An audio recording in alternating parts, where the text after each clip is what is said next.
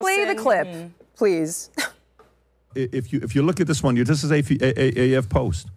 They said, according to multiple reports, Israel Prime Minister offered the Charlie Kirk Turning Point USA $150 million in cash to adopt an even more pro-Israel stance. Kirk refused the money. If you go a little bit lower, look at the amount of views this thing got. 7.2 million views, 160,000 likes. Who's the And then AF there's another post, Rob, if you can pull up the other one that says, right below it, that says, the journalist behind the report accusing Bibi of offering $150 million is Max Blumenthal, a man who used to work for the Iran-backed newspaper Al Akbar in Beirut and contributed to Al Jazeera. He is, yeah. I mean, Why is it every time we track down a lie, we end up finding people connected to Qatar or Iran? There's no behind proof this it? ever happened. So None. Wait, how does that debunk the fact So he that... just read it. And where's your proof that $150 million was offered from Bibi Netanyahu? No, I'm referring... Where is the proof? Please do not get any... No, because I didn't want to cover this, and you guys insisted. And I told you, you cover this shit, I'm going to rip you apart. Where is the proof? We're not saying that it happened. Netanyahu We're really offered not Charlie saying that it happened. $150 million. Jillian, okay, so we're not. Okay, so what we're reporting on is now people in the marketplace, what they're saying. This is a discussion that's happening literally everywhere. We would be remiss if we didn't cover it to debunk it. This conversation. It's still, over a week. It's still pretty prevalent. Is a week old. It's still going on, Jillian. Okay, well, nevertheless, where is the proof that actually Jillian, happened? I just said, according to this guy's reporting, he was offered $150 million. Okay, that wasn't it also corroborated by Candace? It was corroborated by Candace, and not only that, Candace. by Nick. And also because that's, listen, I like Candace. She has, people from his own team have said he has not seen her in years. And yet last year they were on tour together. Last year they were on tour together. He bumped that Wait, if you want to talk about people on his team, time they've been on camera together was Andrew, his 2023. No, it was last year. They have a tour person together. Okay, everybody let's on calm his down. team Let's just calm down has for a second. subsequently said this is not true. No, they never, Colvin, Eric Bolling, all of them were like, yeah. Okay, Eric Bolling thought that he had 2 daughters. Okay, so I'm not going to... Okay, Andrew Colvin? The narrative is not true. Said, Charlie has a cordial relationship with Ackman. There's no black woman, no intervention. Nothing like what Candace is suggesting. That same Andrew said that Candace and Charlie remained friends. I just want to make sure. He's saying this is not true. But they were literally touring together last year. Nothing like what Candace is suggesting. What does it have to do with their friendship? What does that have to do with... What does that have to do with their friendship? He's saying what Candace is suggesting... I can't engage with you if you don't calm down. He is saying what Candace is suggesting is not true.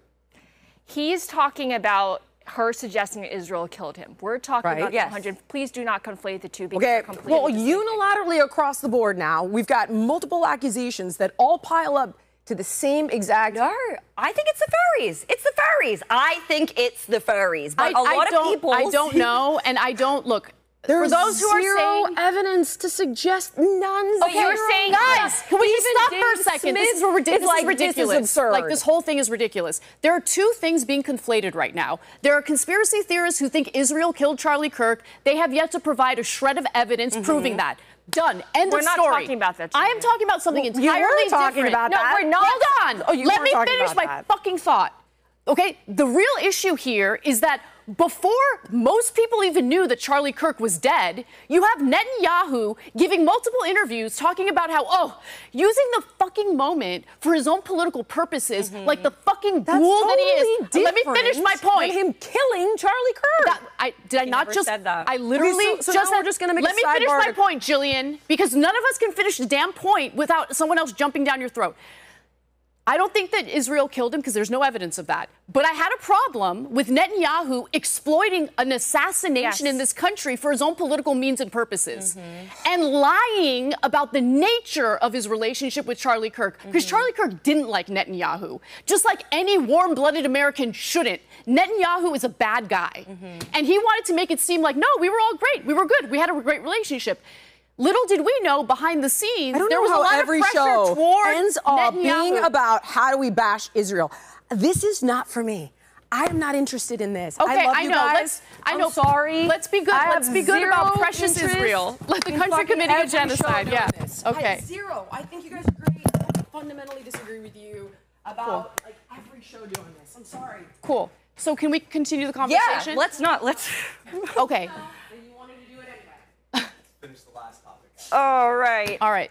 Wow. Okay, guys. So, again, to clarify, I don't think Israel did it. And you want to know what's crazy is the person who is labeled the #1 anti-Semite out there, who has been anti-Semitic for the last 10 years, Nicholas Fuentes, has come out and said there is no evidence that suggests that Israel did it. And that's what I was literally just about to show. So there's this show I've never talked about because I really haven't watched that much of it. It's called Her Take.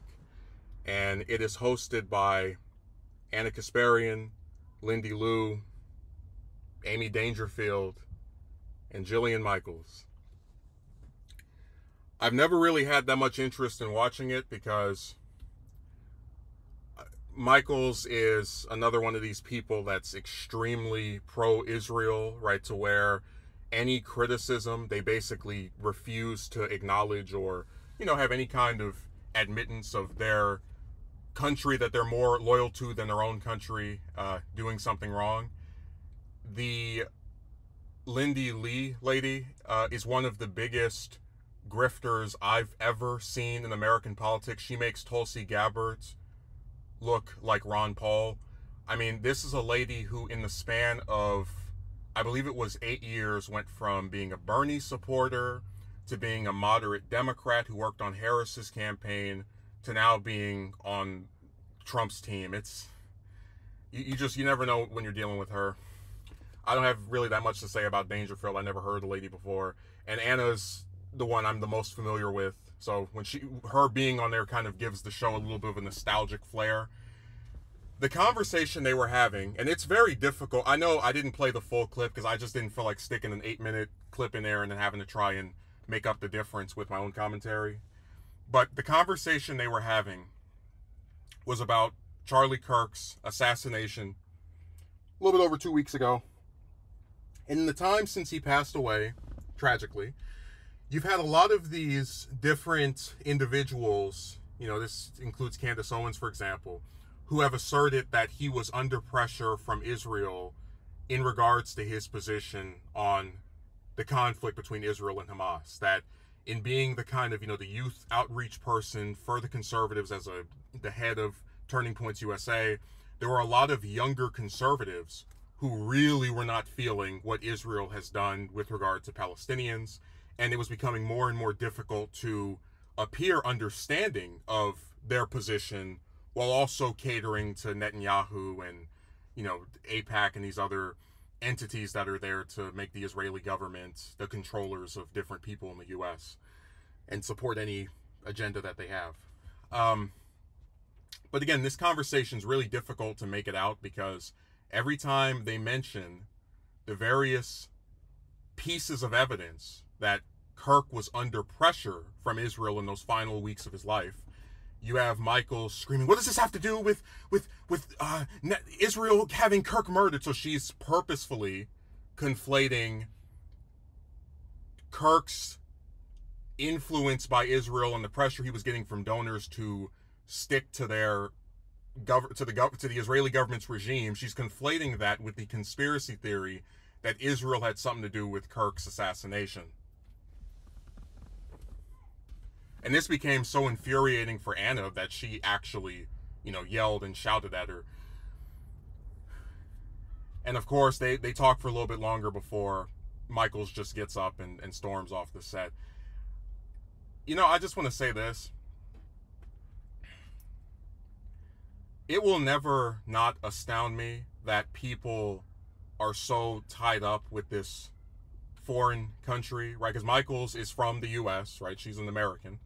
And you would never, I would wager you would never see her get so upset over Trump or Biden or Obama or Bush or Clinton, we can go all the way back, being criticized to where she jumps up out of her chair with her computer and goes, I can't take this anymore. I fundamentally disagree with you.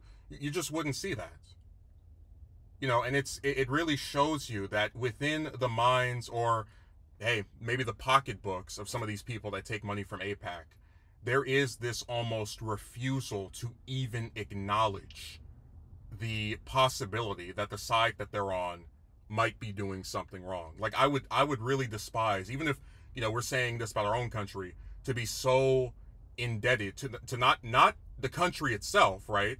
but rather the government, the Israeli government. So if I were like this with the U.S. government, anytime somebody said, oh man, in the U.S. you can't even get health care without having to lose a whole bunch of money by these insurance companies. Imagine someone says, I go, oh, you know, I fundamentally disagree with you, and I just jump up out of my chair. We had a similar moment like that within the last, like, 2 weeks again, and on a similar subject with Cornel West going on Piers Morgan, and he was having this like debate with basically 3 other people, one of which was Andrew Wilson. I never even heard of the guy before they put him on there, and he insulted Cornel to the point where he got up and just left, and people were, talking about how crazy it was to just get so sick of being insulted that you just get tired of it and get out the way. But the two things that make this even more outrageous is that, one, in that situation, Wilson was basically talking over West while he was trying to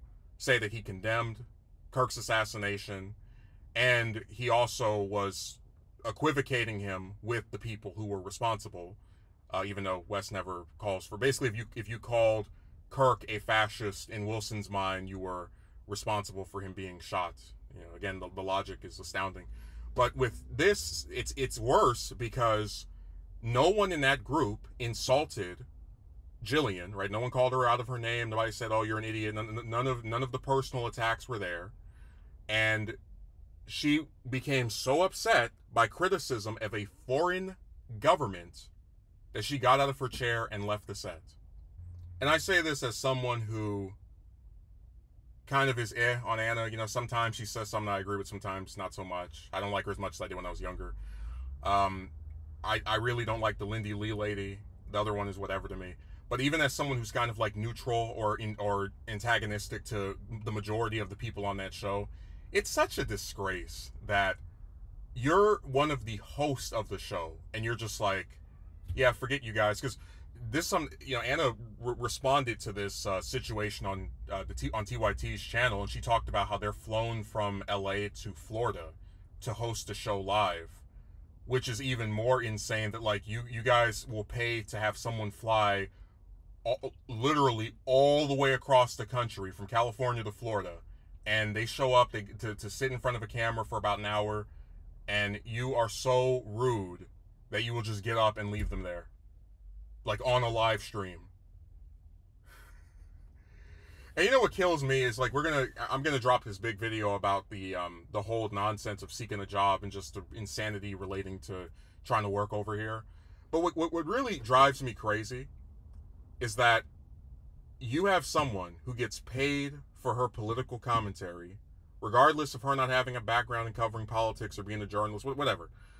This person gets paid to sit there and talk about the news, and they are so sensitive to criticism of a foreign government that they will rage quit their own show. They will walk away in a fury with another 30 minutes to go. A show that was mostly done, by the way. They had about only 20 or 30 minutes left before they were gonna pull out of there anyway.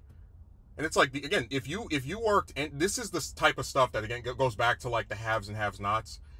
If you worked any regular job and behaved the way she did, you'd be fired. When I was working at that restaurant, if I got angry and just walked out of the place, or when I was doing the delivery driver thing, right, just got angry and just drove off in the car, I mean, you would get punished for it. And here it doesn't really seem like there's any semblance of actual penalty for wasting everyone's time, for not being able to do your damn job. I mean, it's embarrassing that you have things structured in such a way where people feel so powerful and enabled by having these kind of positions that are just given to them, right, because they have name recognition, because Jillian used to be, on TV, television personality, whatever.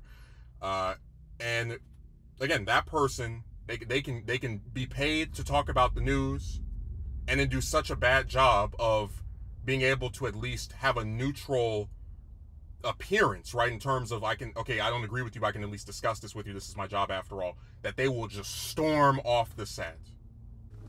It's just like when we had the 2024 Republican primary, and I was talking about how I thought it was so crazy that the Republican voters enabled Trump to just not go to any of the debates. You know, if you were any person seeking a job, a regular one, and you said, oh, I'm not going to go to the things that are required as part of that position, you wouldn't be considered. But because Trump has so much power, so much name recognition, he could just skip out on the customs of being a candidate for a party's nomination and not get in any trouble over it. Still win damn near every state except I think one. And of course, this is on a much smaller scale, but it's still that same thing of these people are among the few who are blessed to have jobs that they apparently like, that pay them well, and in spite of being grateful for that, they show you just how entitled and crazy they are to just say, oh yeah, here's a show I'm working on and it's my job to talk about the news. Oh, you said something I don't like. Arrgh! Ridiculous.